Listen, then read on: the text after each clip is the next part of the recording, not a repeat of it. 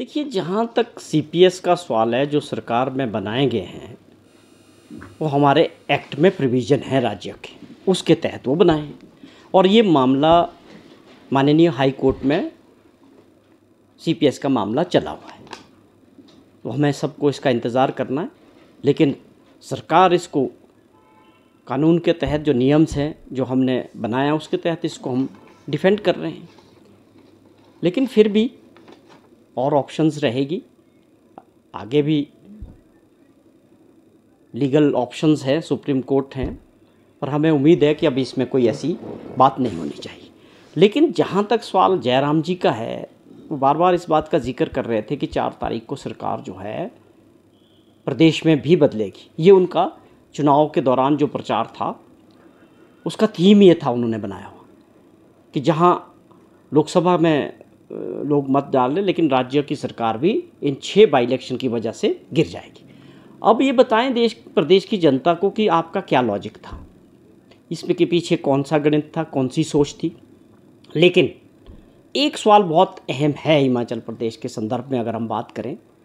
आपको याद होगा जब ये एपिसोड हुआ था, उस दौरान भाजपा के जो विधायक थे विधानसभा के अंदर, हाउस के अंदर, जिस प्रकार का बिहेवियर उन्होंने किया हाउस के अंदर स्पीकर साहब के साथ, उसके बाद उनको 9 लोगों को उसके लिए नोटिस दिया गया था, सस्पेंड किया गया था। वो फैसला अभी पेंडिंग है और बहुत गंभीर है। वो अपने आप में बहुत गंभीर है कि अगर हाउस के अंदर उस प्रकार से बिहेव करेंगे माननीय सदस्य, उसको बड़ी गंभीरता से स्पीकर साहब ने लिया, होना भी चाहिए। तो वो फैसला बहुत अहम है, उस पर फैसला करना है स्पीकर साहब ने आने वाले समय में। मैं समझता हूँ कि हिमाचल प्रदेश की राजनीति के संदर्भ में वो एक बड़ा अहम फैसला भी जो है पेंडिंग है। इससे अगली रूपरेखा जो है वो क्या फैसला लेते हैं, किस तरह से लेते हैं, ये तो हम सबको इंतज़ार करना पड़ेगा। उसमें डिस्क्वालीफाई का भी ऑप्शन है कि डिस्क्वालीफाई किया जा सकता है जिस पीछे का विभाग है। देखिए, विधानसभा के अंदर सारी तरह की, आप सब समझते हैं, विधानसभा की सारी जितने भी फैसले हैं, जितने भी पावर्स हैं, वो स्पीकर साहब के पास रहती है।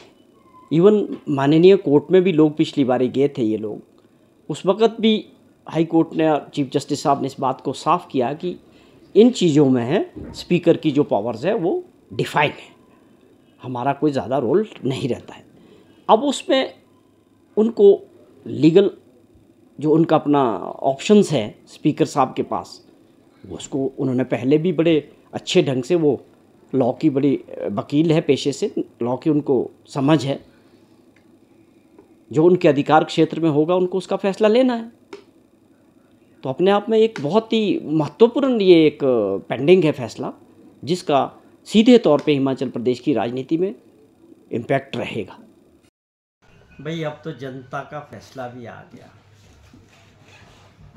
सरकार गिराने वाले, साजिश करने वाले लोगों को जनता ने उनका चेहरा भी दिखा दिया कि उनका क्या हर्ष होने वाला है। जिन लोगों के साथ मिलकर साजिश की थी जयराम जी ने, उन 6 लोगों में से 4 लोगों को लोगों ने हरा के दिखा दिया।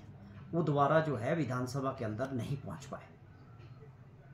हमने बार बार कहा है, हिमाचल प्रदेश में इस तरह की राजनीति को लोग बिल्कुल पसंद नहीं करते। जनता ने लोकतंत्र में 5 साल के लिए चुन के भेजा है, आप उनको काम करने दें। जयराम जी से हम ये पूछना चाहते हैं कि आप क्या डेस्परेशन है आपको, आप क्यों सरकार गिराना चाहते हैं जो लोगों ने चुनी, आपको दिक्कत क्या है? क्या आप लोकतंत्र का सम्मान ये करते हैं, या आपको अपनी कुर्सी का खतरा है, जो विपक्ष की नेता की कुर्सी है उसको बचाने के लिए ये सारा ड्रामा किया जा रहा है बार बार? 4 तारीख को सरकार नहीं रहेगी, 4 तारीख चली गई, आज 13 तारीख हो गई, सरकार और मजबूत हो गई। वो इसलिए मजबूत हुई कि हिमाचल प्रदेश के लोग चाहते हैं कि सुखविंदर सिंह सुक्खू जी उनकी सेवा करें, ये लोगों का इच्छा है। जयराम जी किस आंकड़े से गिराते हैं, कौन सा अर्थमेटिक है, ये हमको भी समझाए। नंबर गेम से विधानसभा चलती है, सरकारें चलती है।